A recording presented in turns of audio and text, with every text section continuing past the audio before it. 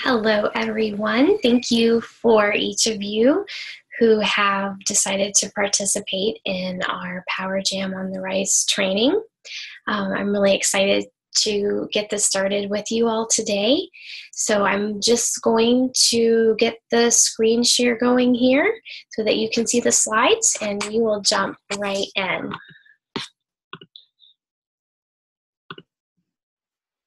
All right, I hope you can see that. Okay.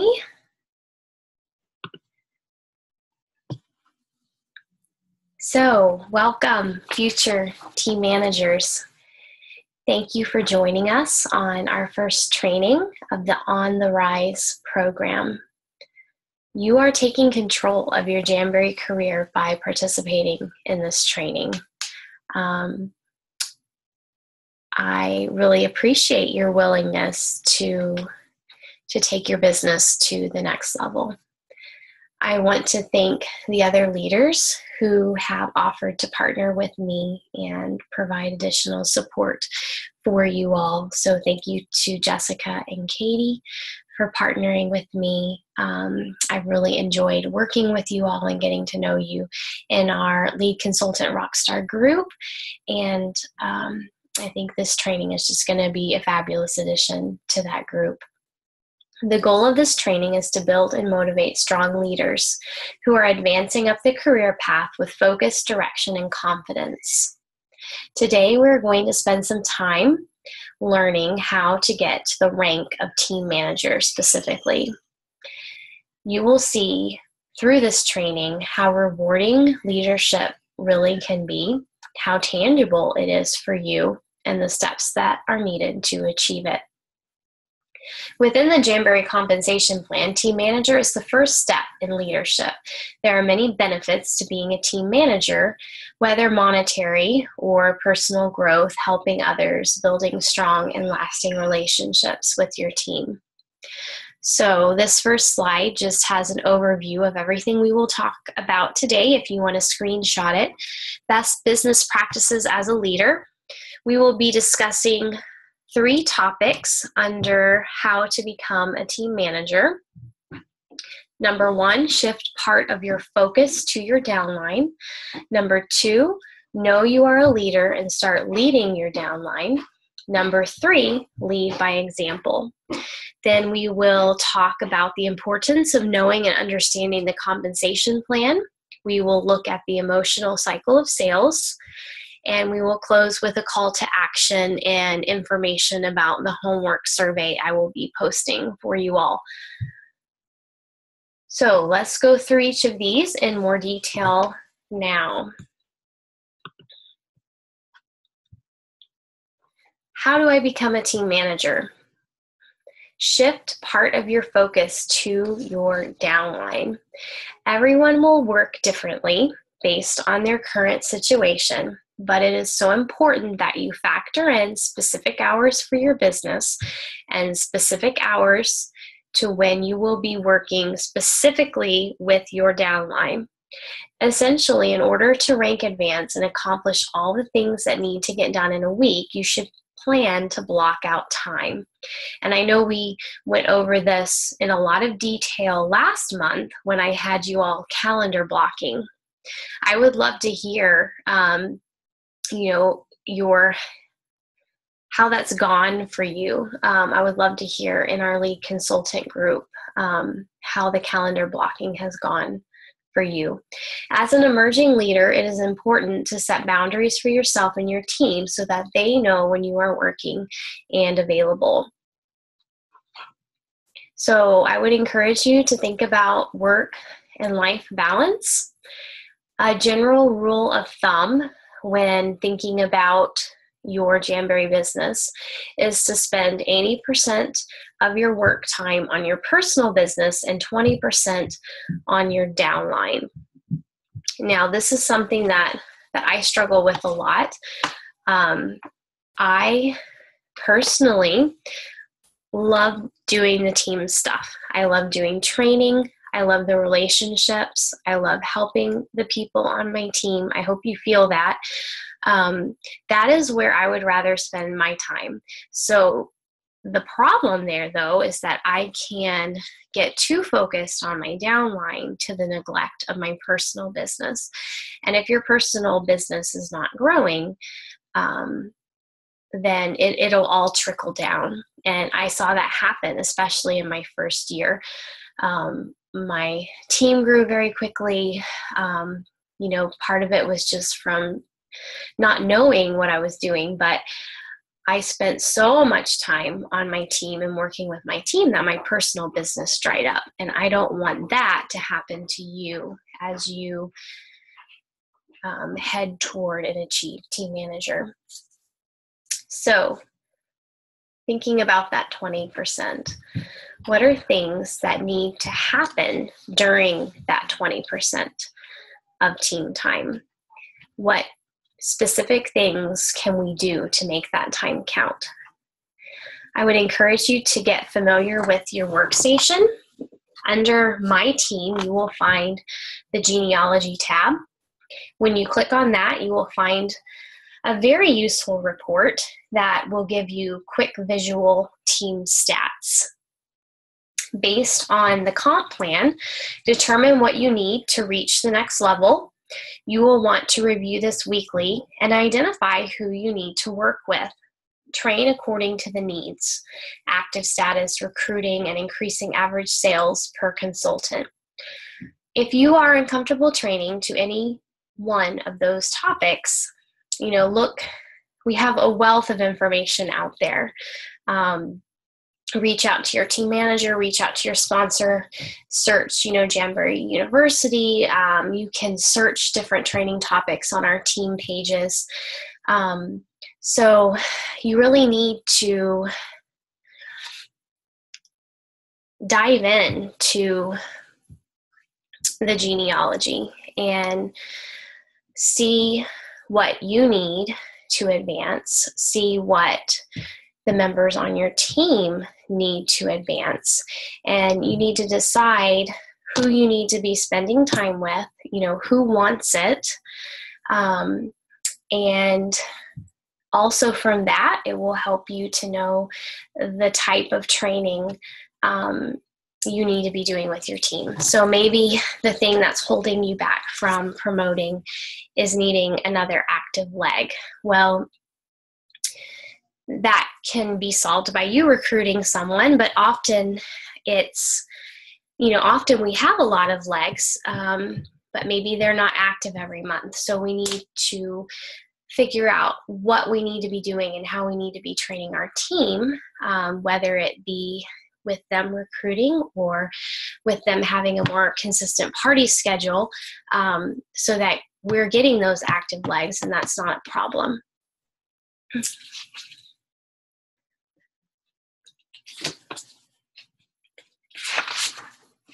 Move to the next slide here.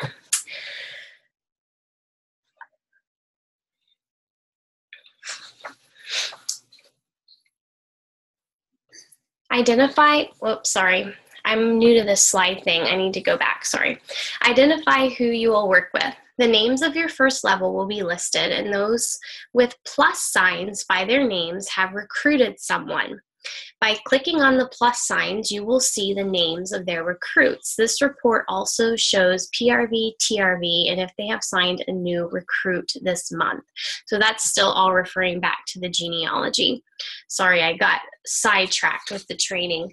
And then lastly here, in your power hours, in addition to your host coaching, customer care calls, and recruiting interviews, you'll also want to build in time for training and coaching your team. So again, how do you need to be training and coaching them? If you are actively in the genealogy and knowing your team's strengths and weaknesses, then you will know where you need to be training them as a whole and where you need to be coaching them individually. I spend a lot of time looking at the genealogy, and I know exactly who I need to be connecting with and talking to each month, and what are areas of weakness in our team as a whole, and how do I need to be coaching people individually. So important. Power hours are one of the best business practices to put into place as they allow you to stay focused and in the moment at the task at hand. If you have issues with finding a complete hour, think about power spurts where you can take 15 minutes to complete an important task. These activities need to be income producing, so not organizing your samples. All right, now we're ready for the next slide. Know you are a leader and start leading your downline. So some of you ladies that are in this Power Jam on the Rise have one recruit or no recruit. Some of you have a large team already. Everyone's in a different place. But whether you have one recruit or 10 recruits, you need to be thinking already that you are a leader and that you need to lead your downline. Our thoughts are so, so, so powerful. And if you desire to have a team and you desire to be a team manager, then you need to start thinking that way and not just flying by the seat of your pants. Everyone will work differently based on their current situation, but it is important that you factor in specific hours for your business. Essentially, in order to rank, advance, and accomplish all the things that need to be done in a week, you should plan to block out office hours. As an emerging leader, it is important to set boundaries for yourself and your team so that they know when you are working and available. There really, truly is no Jamberry emergency. We sell nail wraps. It will be important to communicate this to your team and what it will look like on a weekly basis, as there's nothing wrong with adjusting your hours to fit your life and family. And I think I do have office hours and I do stick to them fairly well, but I think I haven't done a real great job of communicating what they are to my team. So for example, my phone goes on Do Not Disturb at 10 p.m. Central Time. And it is on Do Not Disturb until 6 a.m. Central Time. So for 8 hours, my phone is on Do Not Disturb. I will never check my phone during that time. I know I'm about to have a new baby and I'll be up during the night with him or her, but I won't be checking my phone during that time. You've probably noticed that if you message me after a certain message me after a certain hour, you won't hear from me until between 6 and 7 a.m. because that's when I've gotten up and I'm just briefly checking my messages before I get up and start my day. So for some of you, you've decided not to work on Sunday. For some of you, you've decided, various things for your family in this season. So communicate that to your team now, and that will really help you down the road. As a leader, you will monitor your team members' performance and recognize or coach accordingly. Be sure to schedule time for team development within your set office hours. Lead by example. Guess what? Your team is watching you. Your success starts with your personal business. Since most of our recruits come from our parties, it is important that we have a solid calendar. Having at least 2 parties a week guarantees that you are meeting people each week to generate sales, bookings, and recruit leads. Plus, by having plenty of parties, you will be able to train your team by having them shadow you and observe what you do to be successful. I always add my new recruits to my online parties. When I have new local recruits, I have them go with me to events or home parties so that they can watch and they can learn. So important. One of the best business practices and equations in this industry is called the 10-8-6-2 factor. That stands for book 10 parties, hold 8, close 6, and recruit 2. Try to have a 70-30 mix of party styles so you are not dependent on any one style. I live up north in the United States, and so winter can be very cold and snowy. If I only did home parties, it could be difficult to get those in the wintertime. People tend to hunker down and hibernate. So you want to be able to do a wide range of parties. For me, in the winter, online parties and fundraisers are more effective than in person, because there could be a snowstorm or something, and then that would be canceled. But if it's online, it won't be. The rate of your growth and rank advancement depends on the amount of time, effort, and commitment you spend on your business. If you choose to do less parties, your rate of growth may be slower. And this is very true. And sometimes we don't necessarily choose to do less parties. Maybe we have a drier season. And I know during the seasons when I've had trouble with party bookings, the rate of growth, not just my personal business, but my team, is much slower.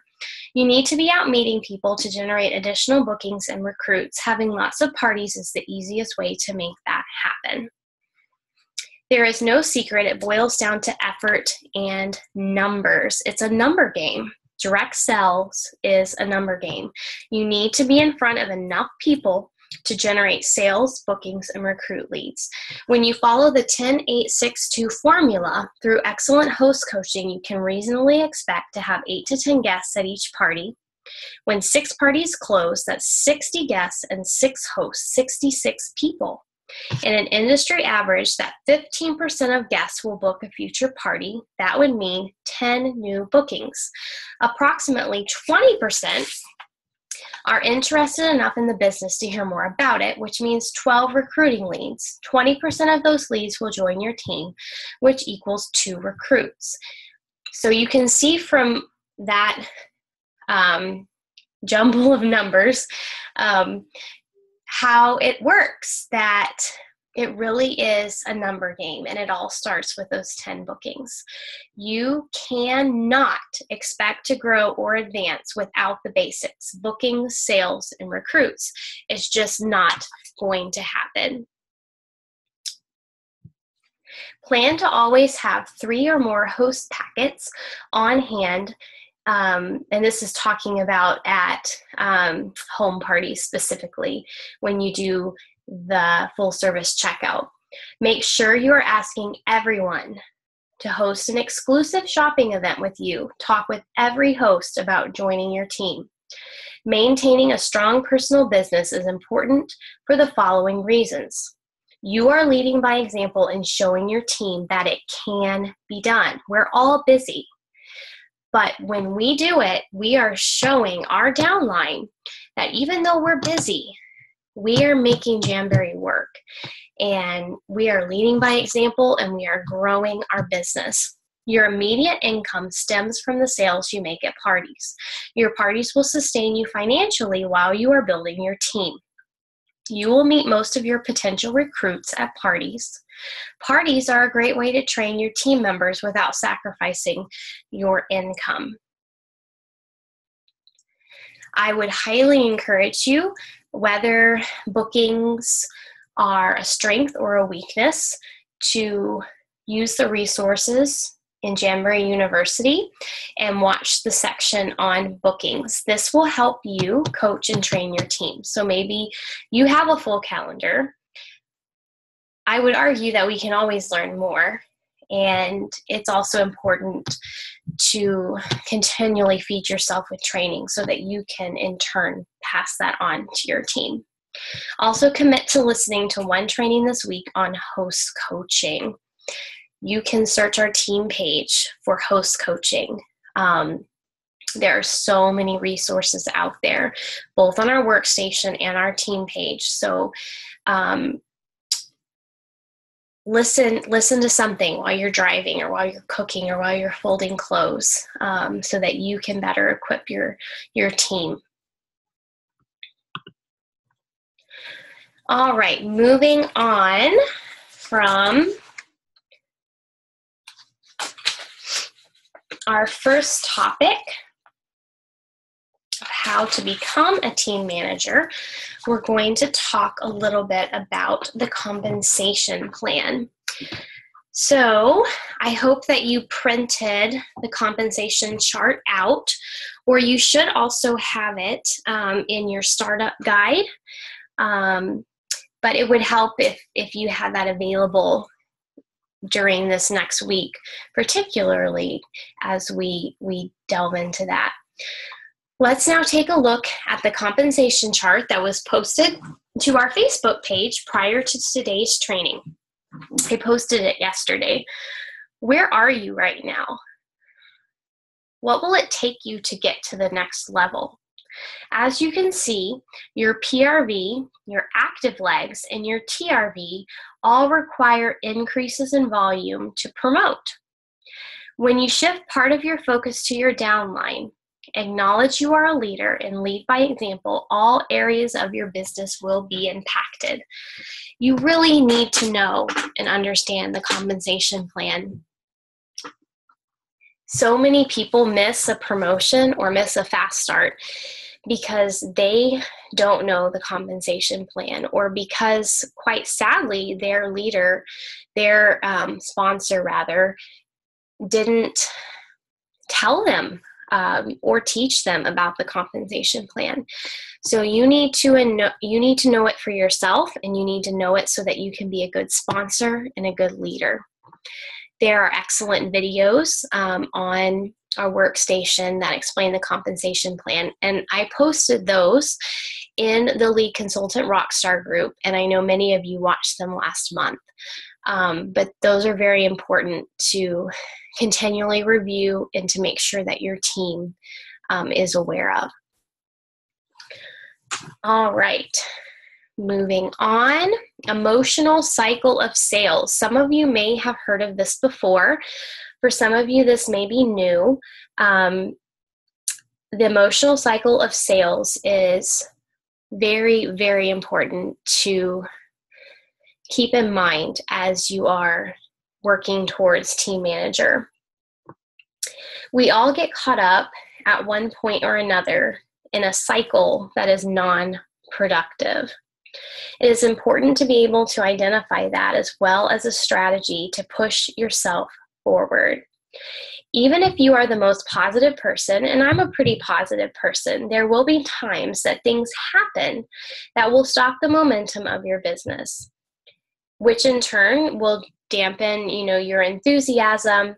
When you are able to recognize that and reset yourself, then you can move forward and lead your team by example. So we're going to go through each of the 5 points of the emotional cycle of sales. We have excitement, frustration, doubt, creative avoidance, and recommitment. Refer to the PDF that was posted to our Facebook page. Knowing them can help you understand what you are feeling, that what you are feeling is normal, and give you the strength and determination to move on.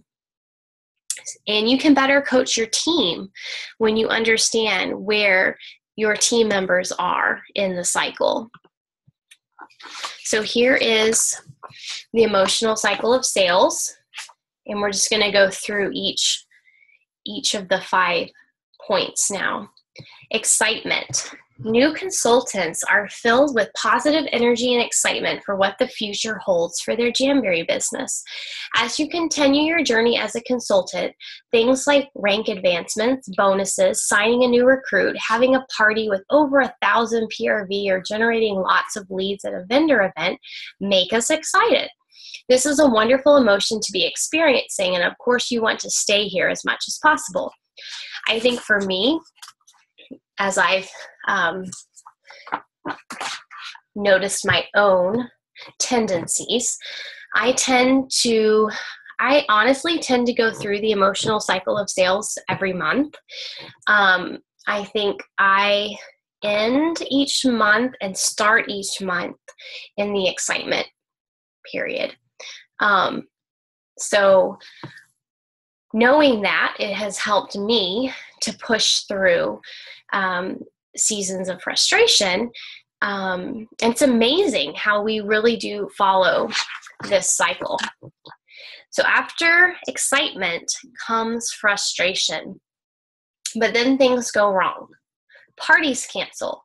You didn't meet your goals. You are hearing lots of no's regarding bookings and joining your team, and you naturally start to feel a bit frustrated. Who has been there? Think about when you first joined and how excited you were. Think about that first month or that first 2 or 3 months. Then you start hearing no's. You don't meet the goals that you were hoping you would meet. Your parties cancel. So there's that season of frustration. From frustration, we move into doubt. Frustrations can often lead us into doubt. We start losing our confidence in ourselves, in the company, in the products. We look for something to blame or reasons to quit. From doubt, we often move into creative avoidance. Who's been there?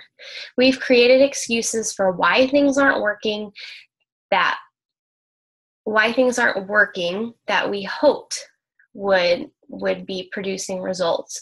So we begin to find other things to do, like cleaning your closet or doing, organizing clothes or painting, or think of all these creative things that we can start doing that aren't necessarily bad things. I mean, it's not bad to clean out your closet, but sometimes we're avoiding what needs to be done in our business because we have doubts, because we're frustrated. From creative avoidance, we have recommitment. When you find yourself in that trap, the frustration, doubt, creative avoidance trap, don't give up. You have to decide to keep forging ahead. Sometimes we'll be re-energized by a special training call, a call from our upline, an unexpected sale or booking, a good vendor event. It's looking and finding the positives in every single situation. And that will help us to regain that positive energy to move us forward and take us back into excitement for our business.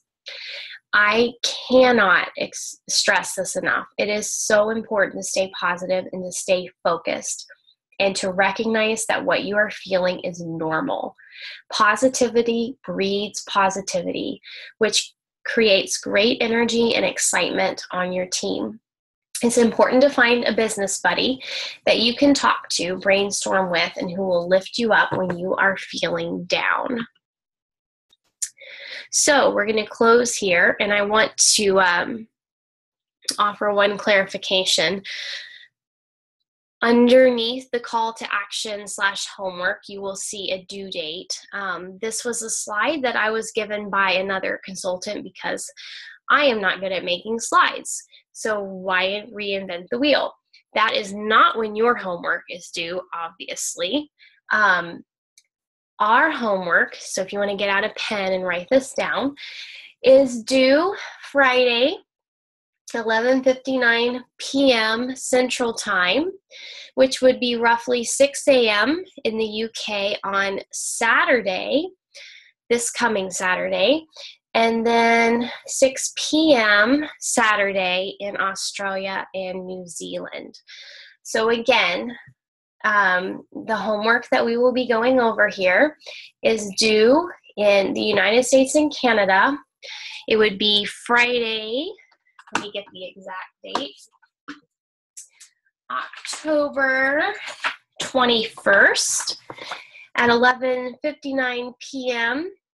So basically, going into Saturday morning there, Central Time, Saturday 6 a.m. So that would be the 22nd in the UK, and Saturday 6 p.m. in Australia and New Zealand. So just trying to keep it the same across the board. All right, so this is where we're going to put the pedal to the metal and make sure that we have our business in place in order to move forward.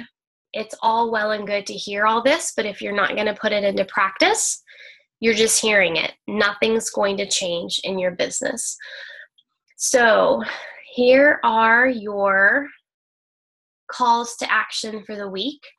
Visit Janbury University and review the following topics: bookings and host coaching.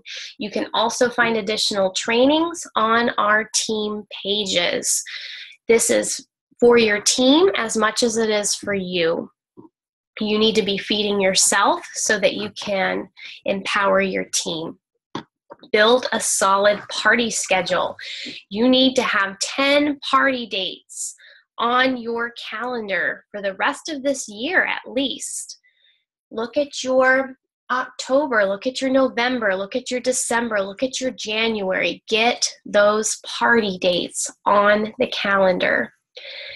Then create office hours that will be effective to you. I know many of you did this last month when we did calendar blocking. I would encourage you to revisit the calendars that you set up in September, see where they have worked for you, where they haven't worked for you, tweak where needed, but arrive at some good office hours that will be effective for you and your family and your team this month and through the rest of the year. Schedule and plan to do at least 2 to 3 power hours each week. Remember, they can also be power spurts where you break that hour up into manageable chunks throughout your day. I will be posting a SurveyMonkey link onto the Lead Consultant Rockstar group tomorrow probably. And so once you have completed these call to actions, you will go to the SurveyMonkey and click yes under that category that you completed it. And I'll explain it more when I post the survey. So anyway, thank you for your time. Thank you for investing in yourself and in your business. And I am super excited already for next week's call, and I can't wait to see all the great things that you will achieve.